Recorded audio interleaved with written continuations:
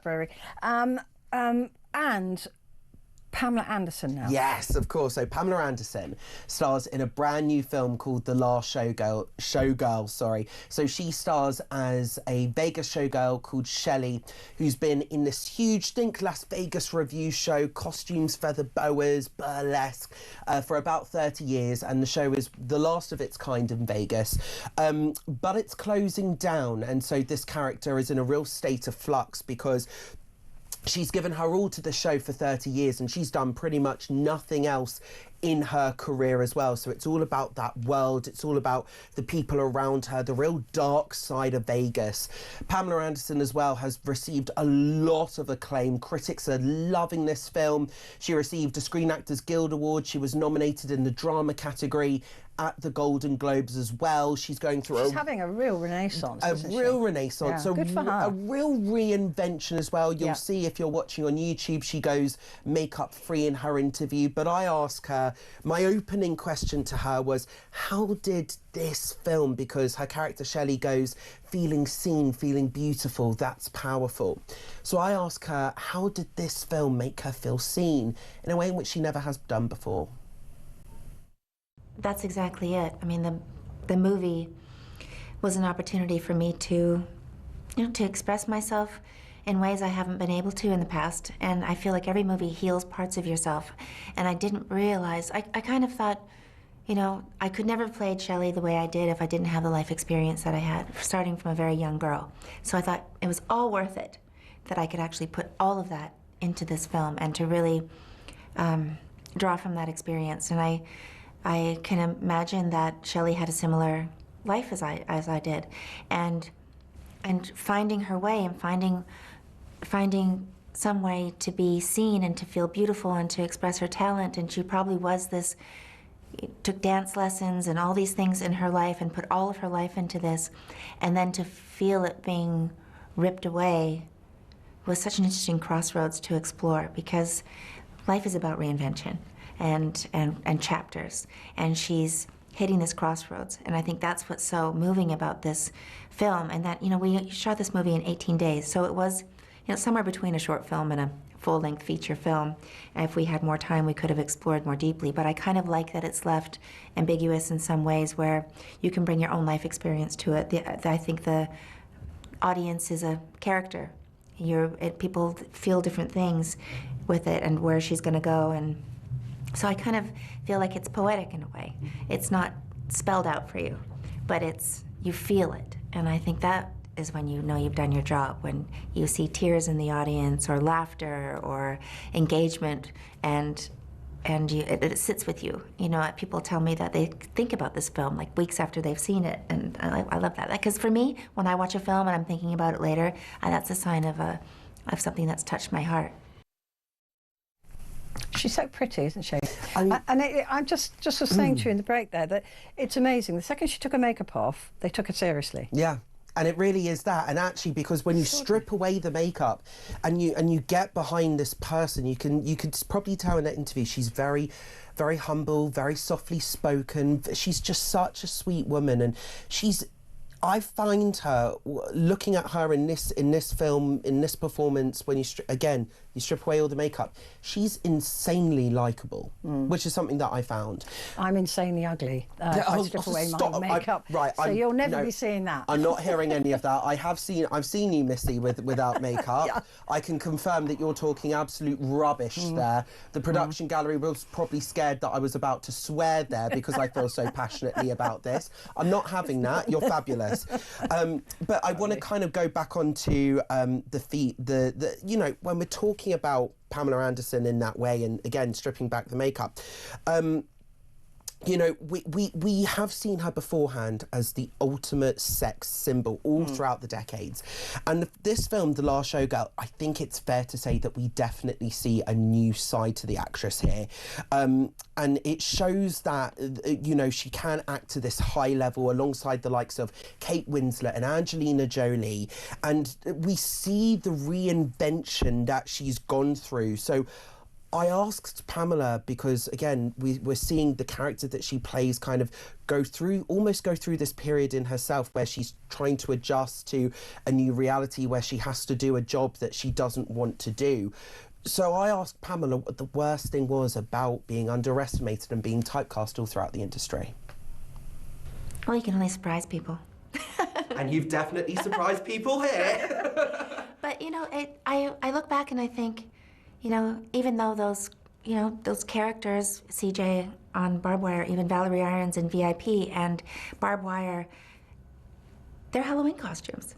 I mean, because they're not just about the costumes, it's what's in the costume. So there's a lot of heart in all of those roles. And it may not have been, you know, thespian in any way, but also, I was 27 years old when I did Barbed Wire, and I didn't see it until 27 years later. And I watched it in French with English subtitles, because I thought I could stomach it that way. But no, it was great. It was fun. It's look, you're just learning. You're learning. You do it your own way. I took an unorthodox route to get here, and being part of pop culture is a blessing, but it's also a little bit of a deficit. You have to kind of convince people that you're a human being and you have feelings and that there's more to you than meets the eye, and then transform into characters. So you have to fight for it. And I believe in fighting for things, and I love, it's strange that this movie almost slipped through my fingers. It went to an old agent, he passed on it. I hope you fired that old agent, by the way. Well, I don't have him anymore, I have a new agent. Thank God. And I have, and my son, Gia, went to my son, and he brought it to me. So that's what happens in life. Sometimes things, you have to recognize opportunity, and sometimes really beautiful things, there's always a hurdle. And so that was my hurdle. And I felt like when I got it, I thought, okay, well, I'm gonna take this on. Like, this just didn't come, things don't come easy, you know? And I loved that about it. And I thought that was the magical part of it, because a lot of it has to do with the stars aligning, timing. It's a team sport. You know, I have great people around me now, and, you know, supporting the film and promoting the film, because it didn't have a big marketing budget. Like, this is word of mouth, so people that talk about it. So the fact that it's doing so well is really exciting. It feels rebellious. Seems, though, to me that recently in Hollywood, and maybe it's because of the women stars are starting to get a bit older, but we've seen a lot of these films talking about women finding themselves in older years, right? And trying to, you know, battling with their youth or the youth culture of Hollywood. We saw Demi Moore doing that. I was thinking Demi Moore in The Substance. And then you've got Pamela Anderson now here. And even Maria, Angelina Jolie and Maria, even absolutely. Maria. So it's interesting to see the story of older women is being told, whereas, I mean, you couldn't get arrested over the age of 30 in Los Angeles. Yeah, because you were seen as a has-been. You were a has, or you played somebody's mum, even at the age of 31, right? Yeah.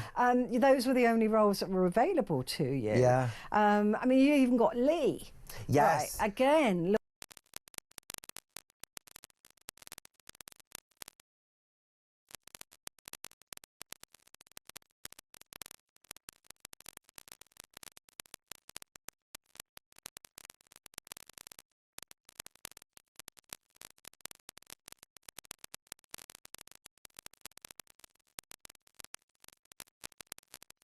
When it comes to the film industry, isn't necessarily that long of that much of you know, when it comes to box office gross. We're not talking about hundreds of millions. Yeah. But these films are still making they're still making money. People are definitely going to see them. And they're being acclaimed. Yes, they are, and we're Critically seeing a real reinvention of all these actresses.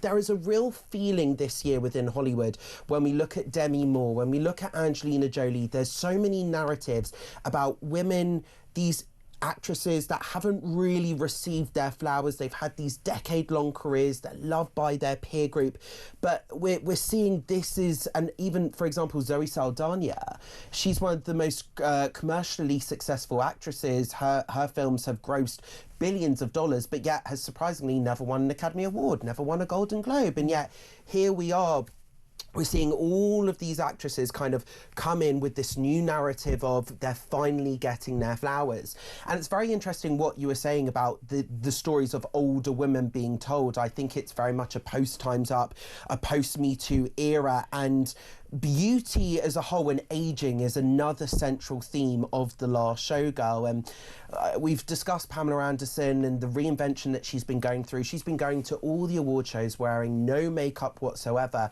So I asked her, what does beauty mean to you now as opposed to earlier on in your career?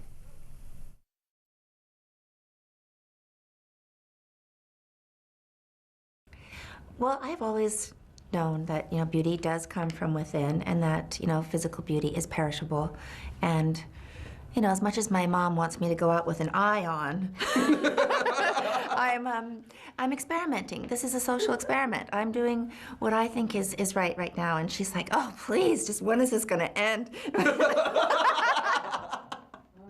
So she's funny, she makes me laugh. But, you know, I want to reveal myself. I want to, but in a way that is vulnerable, and you know, it's also a challenge for me too. It's not like I wake up and I look in the mirror and I go, oh, you're ready to go out. I just feel like I'm good enough the way that I am.